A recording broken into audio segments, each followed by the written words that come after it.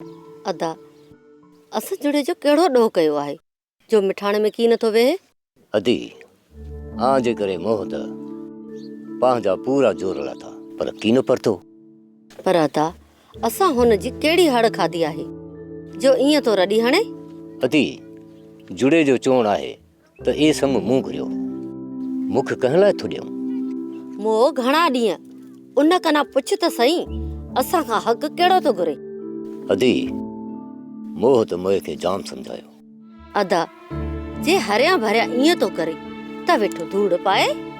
अदी ए ॻाल्हि बि मज़ो की न करी त पोइ तूं सुणाए अदा त छा करियूं। मोह जी सलाह आहे त पटेल खे मोकिलियो। मुंहिंजे ख्याल में पटेल खे बेईमानो की न कंदो। हाणे वरी पटेल खे पटका धार लाइजनि। अदी की त करणो पवंदो न। ईअं मोह खे थुॾियोसीं त माण्हू किरंदा उन तां बि त आ तां बि। इहो निभागो पटेल बि अलाए किथे हूंदो। उनखे चऊं त ठाहेसि। उनखे आऊं थो सम्झायां हिते बि फांपा ॾींदो हूंदो। त अदा ईअं कर इन मोए पटेल खे ॻोल्ह। हाओ अदी हाओ तूं फिक्र म कर जुड़े खे ठाहे वठंदासीं। ईअं रुगो तयारी कयो। ओ त थी पई आहे अदा। हाओ सची ज़्यादा आयो न कुॼाड़ो अदा।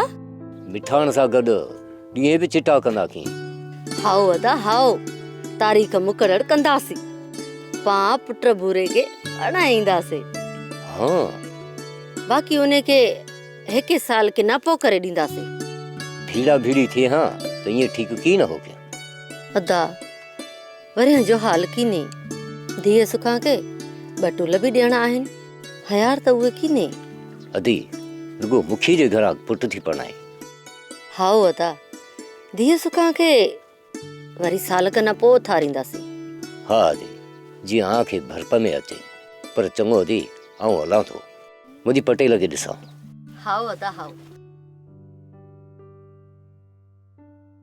सोप सीरियल सारंग जा तमाम एपिसोड्स ॾिसो HD क्वालिटी में। विजिट करियो असांजो YouTube channel Sindh TV HD drama. Subscribe कयो असांजो official YouTube channel Sindh TV HD drama ऐं वधीक अपडेट लाइ बेल आइकन खे क्लिक करियो।